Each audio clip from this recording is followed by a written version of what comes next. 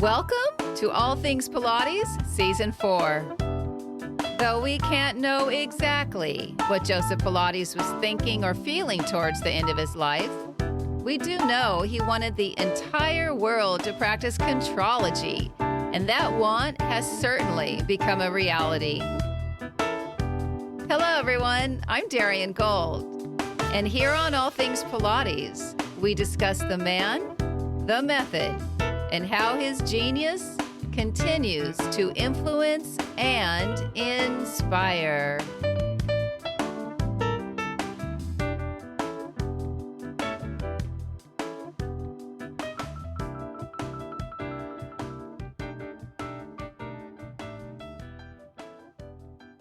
Our guest today is Elizabeth Larkam, a nationally certified Pilates teacher.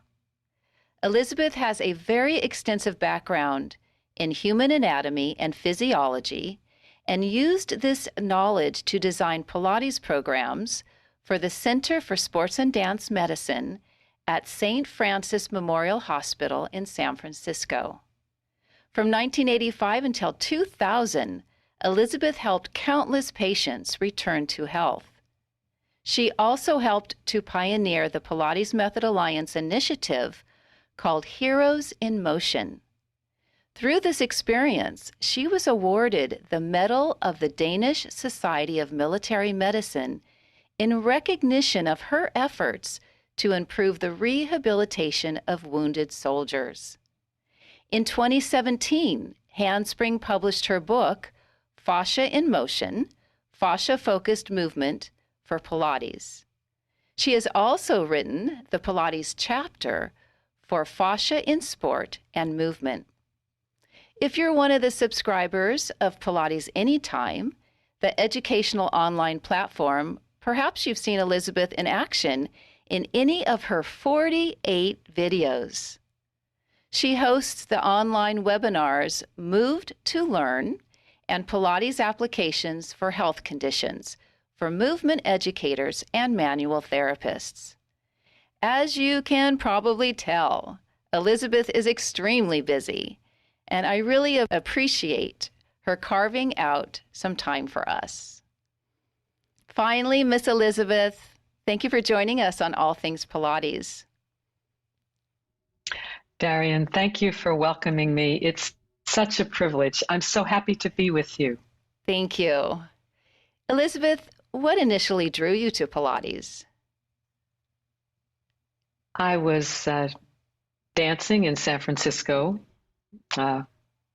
working in educational software, and a person in front of me in the modern dance class in the mission studio, turned to me just before we went across the room with our combination and said to me, "Did you know there's a place in San Francisco where dancers could take care of their injuries?"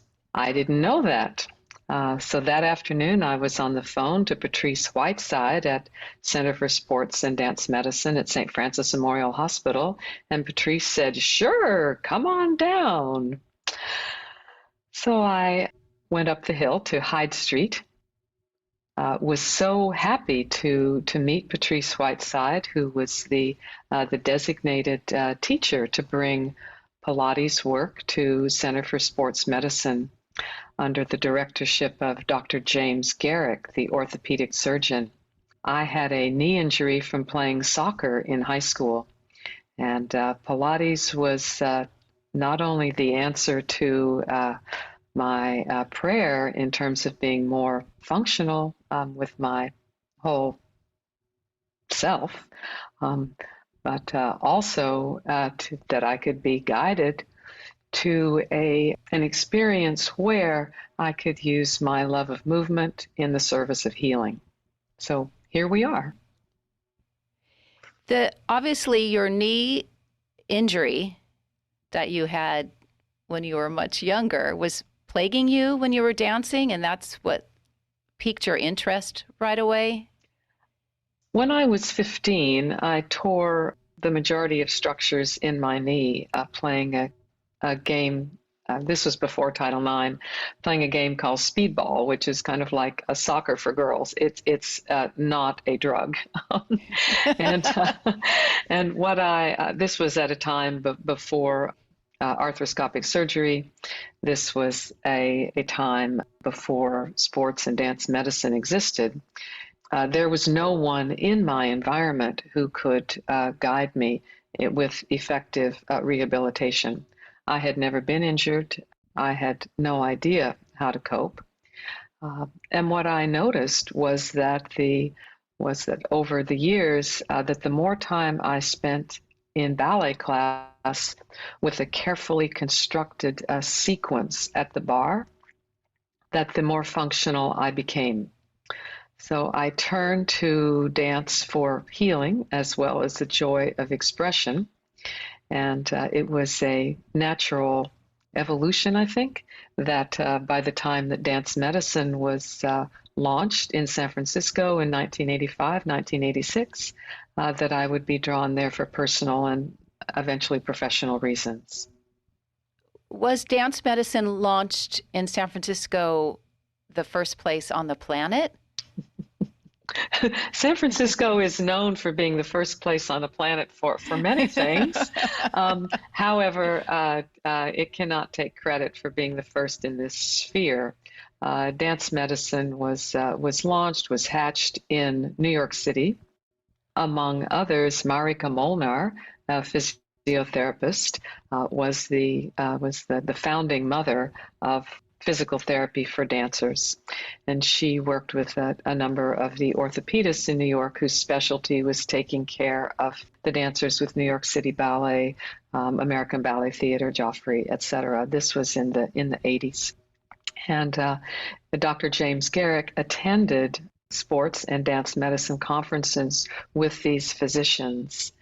Dr. Garrick was very enthusiastic about treating dancers and treating ice skaters, gymnasts, etc. And it was his affiliation with the Harkness Center for Dance Injuries and others in New York City that led him to attend a dance medicine conference that was hosted in Los Angeles. It was there that he saw a Pilates reformer demonstrated by the Ron Fletcher Company. It was the Ron Fletcher Company with Michael Podwall and Diane Severino, dancers from Juilliard and from Broadway, that brought the Ron Fletcher technique for dancers to the demonstrations at this dance medicine conference in Los Angeles. Dr. Garrick was just mesmerized by the potential, I'm sure, of the Pilates reformer. Dr. Garrick realized that dancers who were injured were not going to stop dancing. So he needed to provide the dancers with a substitute environment where they could be in partial weight bearing or sometimes non-weight bearing, allow the injury to heal while they kept up the specificity of their motor control. That's pretty fascinating. Are we talking the early 80s? We are talking the early 80s. There was so much going on both coasts during that time period. Yes, those were happy times for the arts and development of integrative medicine techniques. For sure, absolutely. Did you know early on that you would end up teaching this work?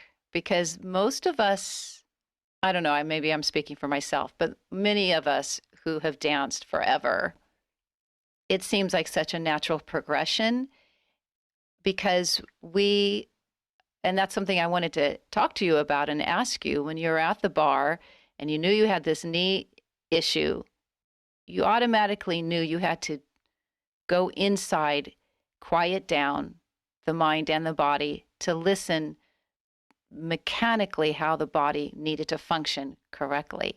So early on for you, your body was your teacher. You had to learn that.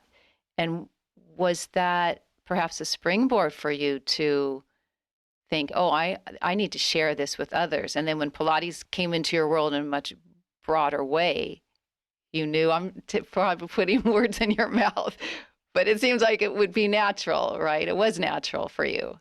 I follow and appreciate gratefully what you describe.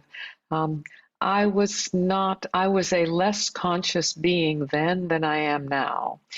During this time, during the early 80s, I was probably led by intuition, led by currents around me, and less led by a conscious, logical process of reasoning.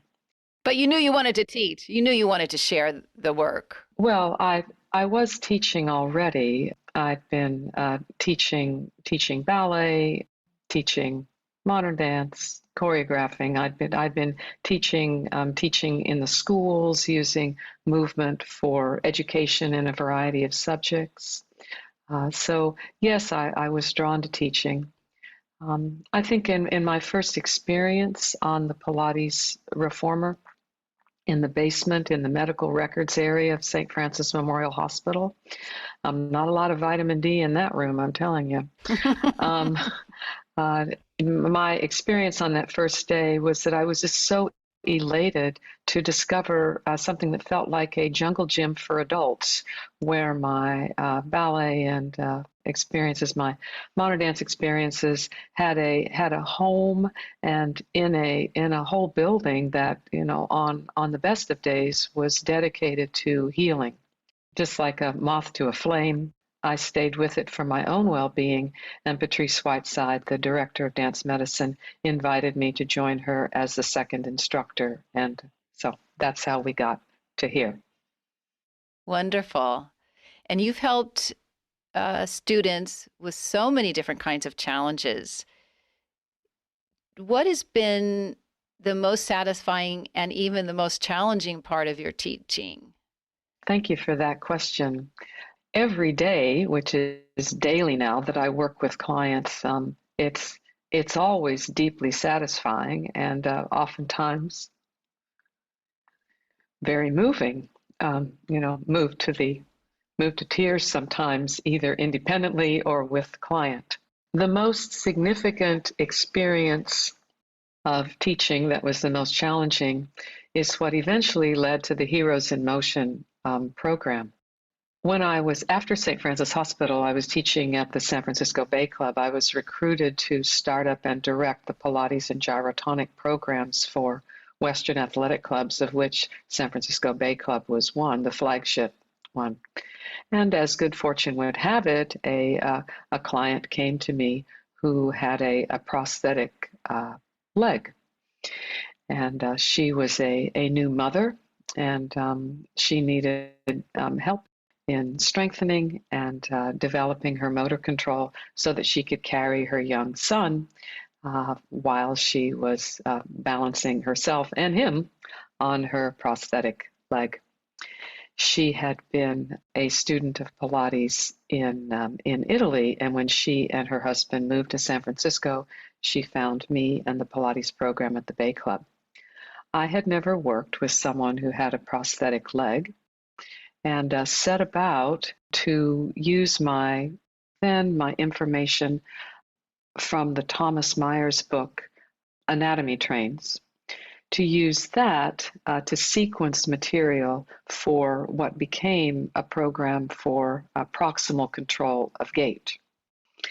It was as a result of problem solving for sequencing for Heather using the Pilates reformer, the chair, the trapeze table, everything you've got there, to figure out how she could organize the volumes of her thorax and her pelvis in all the variety of planes of motion in order to facilitate an efficient gait of walking. Now, as is often the case, at least in my life, skills that I don't have, but that will be useful in the future, are skills that I'm given the opportunity to develop now. So I didn't know at the time that we were doing anything but helping Heather walk and carry her son at the same time. Right. And a few years later, I was contacted by Mike Podlensky, was working at the U.S. Naval Hospital in San Diego. And Mike Podlensky had studied with me in a teacher training program when this was at the time when Health South was training their physical therapists in Pilates so that they could have an integrative offerings of therapeutic and conditioning work in each of the Health South facilities. So Mike had met me, and we didn't know at the time that we would be destined for Pilates collaboration, but that's the thing is, just you never know. you never know. Just stay present to the moment and Yes. Be grateful that it's occurring. Yes. So when Mike was at the U.S. Naval Hospital in San Diego, the head of the program for that was providing rehabilitation for the polytrauma members of the military coming back from Iraq and Afghanistan, the head of the program there asked Mike Podlensky what he thought would be effective resources for the polytrauma patients, members of the military. And Mike remembered his Pilates training with me, his instructor and rehabilitation training with me, and he thought that the Pilates equipment would be a very effective addition to the resources at the U.S. Naval Hospital in San Diego. So as Mike did his research, and he did extensive research, as one must do in making a purchase order request to the military, and Mike determined that the clinical reformer created by Balance Body with the rotating T-bar would be the most effective piece of equipment to facilitate the rehabilitation of the polytrauma injuries. Can I stop you right there? For those who may not know what the T-bar is, can you describe what that is? Yes, happy to do that. Thank you for that opportunity. Most everyone listening to this podcast is very familiar with the design, with the architecture of the Joseph H. Pilates Universal Reformer. You will know that Joseph Pilates designed the foot bar is a rigid foot bar. Now it can be adjusted at different heights, but it's still rigid. Ken Endelman, the founder and owner of Balance Body, collaborates with Pilates and movement teachers all over the world to bring their equipment innovations to his designs of the original designs of Joseph Pilates. Ken Endelman collaborated with Jean-Claude West. Jean-Claude West is a kinesiologist, a movement teacher who initially was based in New York, in Manhattan, where he had a private practice. And he and his wife and their daughter moved to Mill Valley, which is the town where I live, north of the Golden Gate Bridge. Jean-Claude West designed the rotating T-bar. This is, you imagine a weather vane. Imagine a weather vane that has two paddles. You put the foot bar out of the way, attach the weather vane to a socket in the end of the foot bar end of the carriage. And then when you are supine on the carriage, instead of your feet being on a steady, rigid foot bar, your feet are on the paddles of the weather vane.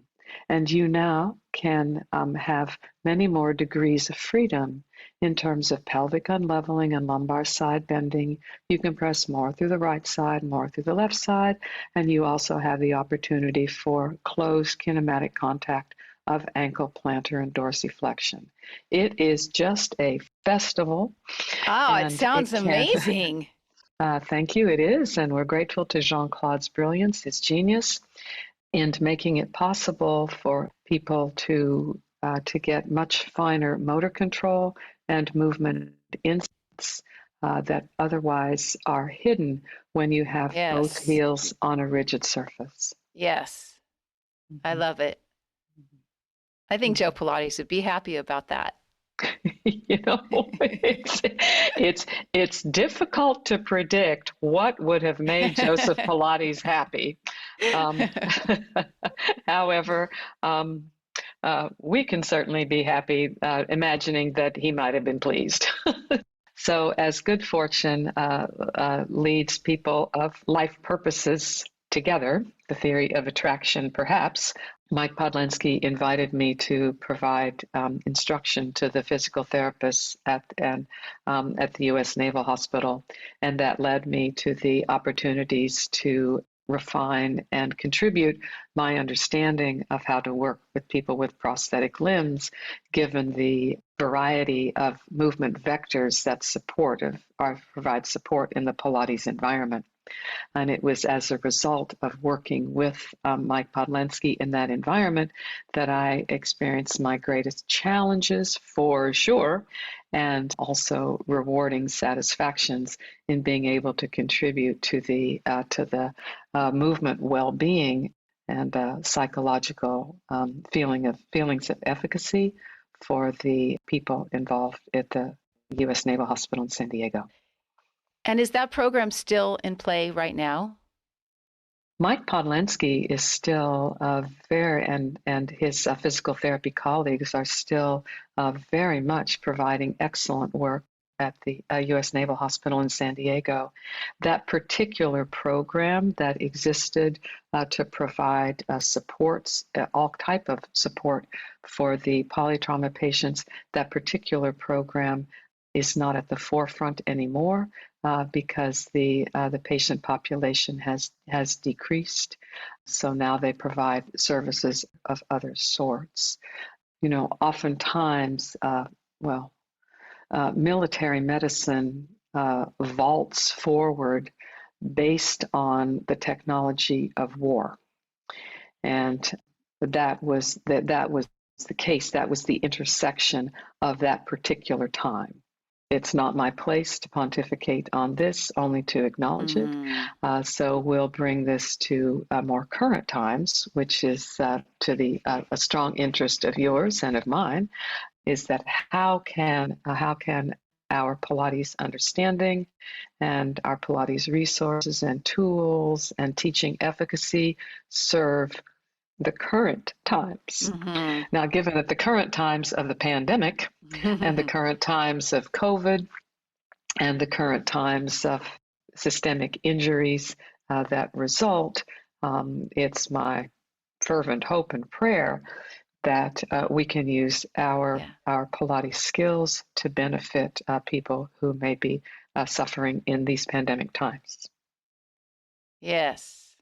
Thank you. Thank you for saying that. Segueing to fascia.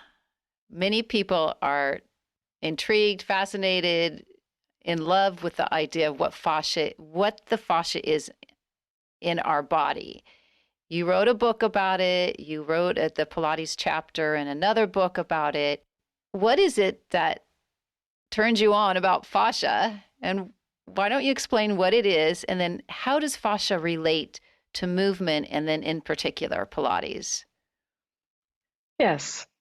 The first question first, or the second question first, or one of those questions comes first here, which is that why was I drawn to the study of fascia and its expression, having been drawn to and steeped in the work of Joseph H. Pilates, the genius work of Joseph H. Pilates, which followed so well from dance and sports movement. I just took for granted that the Pilates principles, that whole body movement, was the most efficacious way to go, efficacious approach to movement. When I learned there was research regarding the whole body system of connective tissue that develops our structure during embryological development, during embryogenesis, when I learned that this system, whole body system of connective tissue, was richly endowed with receptors, proprioceptive receptors, temperature receptors, pressure receptors, that would affect our ability to move well, I knew that it was important to study, to learn more about this, and to apply the rapidly developing field of fascia research to the Pilates environment. So that's why. As you were studying fascia, were you starting to see the bodies, your clients, their bodies differently when you would give them the same exercises, but with this new evolving information that you were learning, did you just automatically dissect their bodies differently? And then as a result, giving them different cueing or different exercises altogether, because now you have this whole other body of knowledge. Yes, indeed. However, it was not a linear process and it took a long time. Now, how long is a long time? The reading of Thomas Meyer's book, his first edition of his book in 2001, started me on the path. My book was not published until 2017. So you could see that it took me a while. Everything in its time, Elizabeth. Thank you for that. I now have, however, I'm in the last third of my life, and I'm thinking I better pick up the pace here. The learning was overlapped a variety of different settings. Certainly, working with clients and classes and teaching classes of instructors, etc., in the movement laboratory provided an opportunity to try out what I was reading about. It gave me an opportunity to try out movement applications in the Pilates environment after I'd been sitting, not too happy about sitting, I assure you, sitting in a fascia research Congress meeting for 3 days, listening to international researchers at the top of their field describing their laboratory discoveries with mice or with rats. I'm like, okay, fine. What am I going to do in the studio on Monday when I go back to my clients? And they go, so what'd you learn over that conference? And I was like, Mice, well, let me try out rats. this. Mice and rats. Yeah, all right. And then I would read books, and I would read, well, there are not too many books then, but I would read papers. And the majority of the words and phrases I did not understand. It took a while to get accustomed to this. It was a great benefit to be able to be a student in dissection laboratories, to be able to be a student of Gil Hedley, to be able to be a student of Todd Garcia and Tom Myers in their dissection labs. And it was there, standing shoulder to shoulder in our protective lab equipment gear, hunched over well, I was hunched, I don't know about the rest of the group, hunched over a cadaver, and to discover the fascial connectivities between distal aspects of ourself, like the understanding of how it is that the tissues that lift the eyebrows have a direct connection to the plantar surface of the foot. Wow. Then, well, indeed, and then you can take that that movement experience and say, how about if I cue the eyes, the eyebrows, the plantar flexion of the ankles to improve Pilates swan on the mat, or Pilates swan on the push-through bar on the reformer, or on the chair. So that's a suggestion. I love it. Fascinating. I think that's a whole other episode. I think fascia deserves an entire episode. Oh yes, Elizabeth. if not a few lifetimes. So that's right. Maybe you'll come back and we'll just talk about that. But there are a couple other questions and I want to get them in. We talked about this before, but we are so blessed to be teaching Joe's method. However we interpret it and whatever our school the origin of where we learned. But in 2020, everything changed. And I was curious how the pandemic has impacted your teaching life and also your personal life.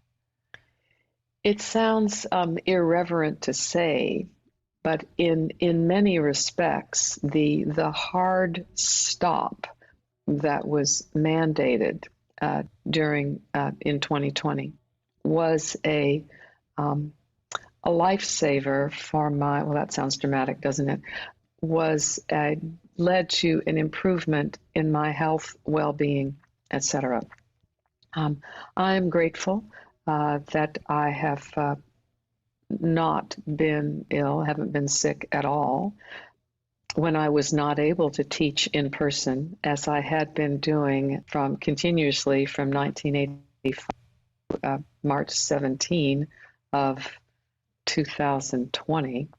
When I was no longer able to teach in person, I learned fast, like the rest of Pilates teachers, that there was a great deal of good we could do online, on screen. I had developed probably what would have been a long-term, unsustainable pace and rhythm. I was on an international flight at least once a month. I was teaching clients every day in San Francisco. As pandemic times continued, and I joined a number of professional conferences, there was the opportunity to develop international teaching, and eventually the studio in Mill Valley, close to my home, opened, and I have clients daily in Pilates and gyrotonic, for which I'm grateful. What about your personal life, if I may ask? How has the pandemic changed, altered, improved your life outside of teaching? How has it, or has it?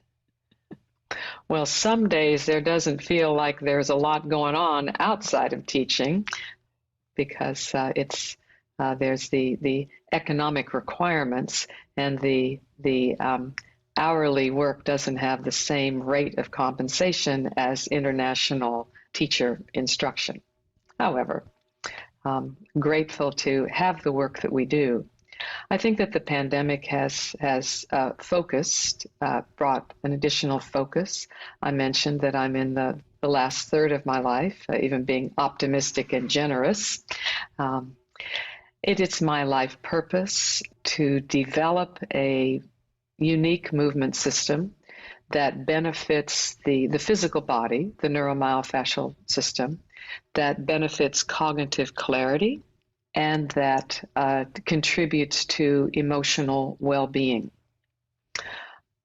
I would like this material to reflect the very significant genius influences of Joseph Pilates, also the other systems that I've studied, Feldenkrais, yoga, the Franklin method, a variety of other, and dance certainly, of teaching. So I'm in the process now of focusing on creating movement environments and multi-directional movement sequences that are beneficial to the whole self.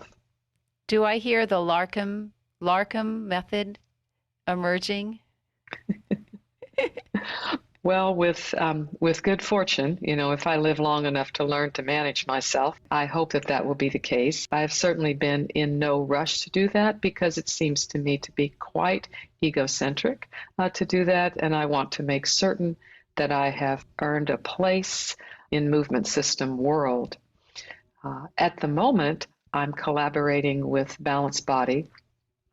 Balanced Body has asked me to create, to use their rotator discs, the precision rotator discs, in a variety of movement environments. So I have unique movement sequences that are beneficial for therapeutic and for general conditioning and other sports and dance specific applications, using the precision rotator discs with the mat, with the combo chair, with the reformer, with the trapeze table and with the coral line. Which you've developed and created with Balanced Body? No, I cannot take credit. I always credit to where it's due.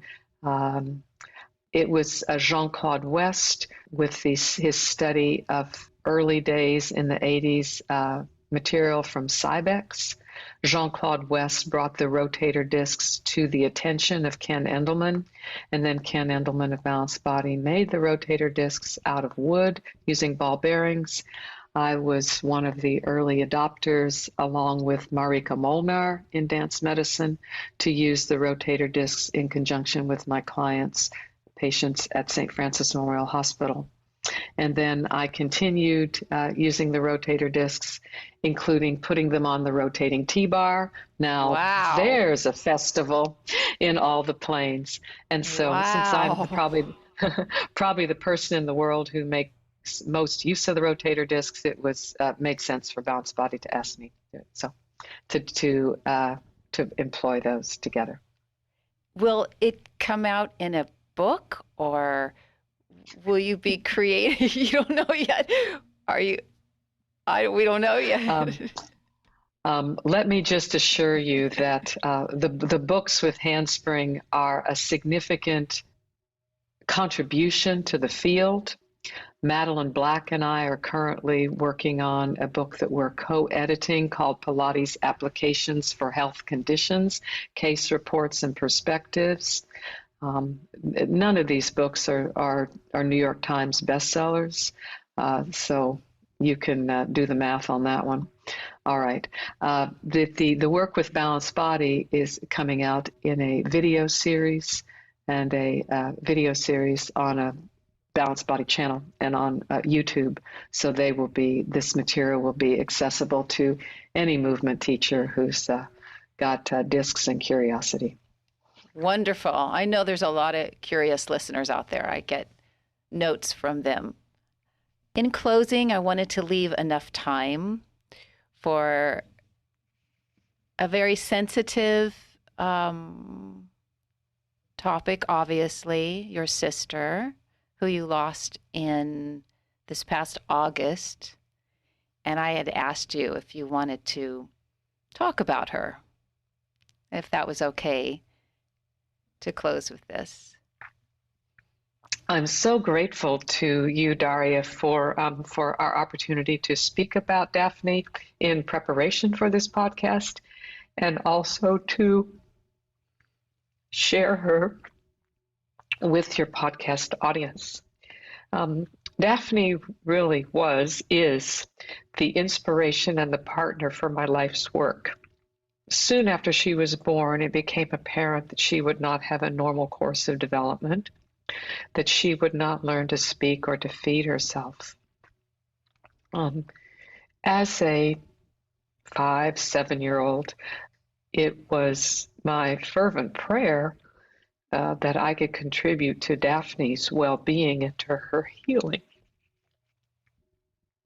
And as a result of that, and as a result of her radiant intelligence, I think we became, maybe lifetimes ago, we were also partners, but in this particular lifetime, it's my understanding, it's the job of the frontal cortex to make up stories. We just make up stories in order to make sense of the world. Now, I'm as good at telling a story as anybody. So the story that I would tell myself is that it's my job to be embodied, to be present in the world as a mover, as a teacher, as an educator. It's Daphne's particular strength and brilliance and intelligence to roam other realms and to bring the nonverbal, the energetic, the out-of-body experiences in.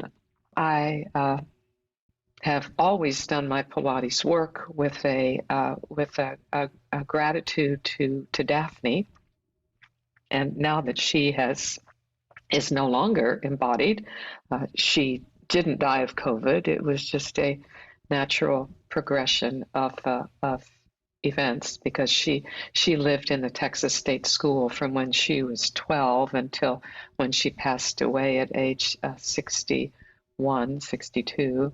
It's now it's my association that I'm inspired by a radiant angel Daphne. That's beautiful. And she'll continue. Thank you and for she that. will continue to guide you and inspire you. Well, that's how I make sense of the world. What a special relationship and lifetime, as rough as this one is for you both, for all of us, but for you in particular. And look at all. Yes, thank you. And look all the beautiful work you keep doing, and you keep evolving and sharing. And you're a very giving spirit. So we're lucky to have you, Elizabeth. Yes. Thank you. And I would be no good rattling around in a room by myself. It's important to be in community with you and also your podcast listeners. If people would like to see the tribute to Daphne, it's on Pilates Anytime. It's just called Tribute to Daphne under my name. Wonderful. And if anyone wants to call you or reach out to you for a lesson, how does this person do that? I'd be so grateful to hear from you. You can reach me at my Gmail account, which is Elizabeth Larkam at Gmail, ElizabethLarkam at Gmail. And do you have a website? I don't. Elizabeth, you're going to have a website at some point. You have all this information and knowledge, right? You are so right.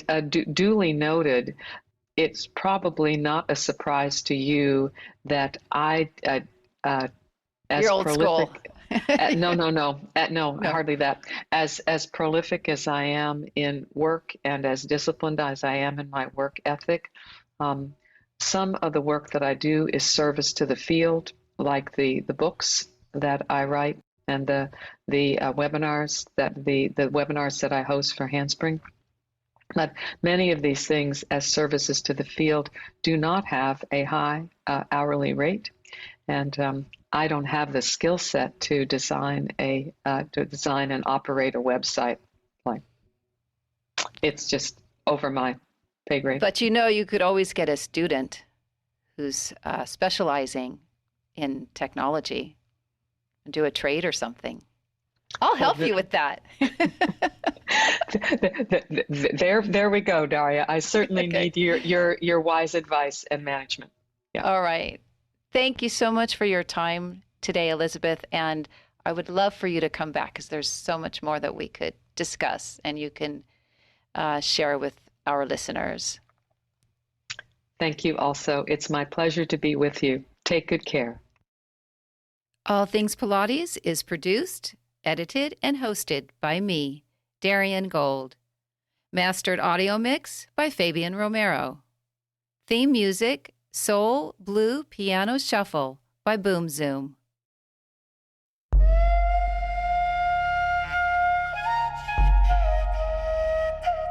I think we can all agree that our precious planet is in trouble.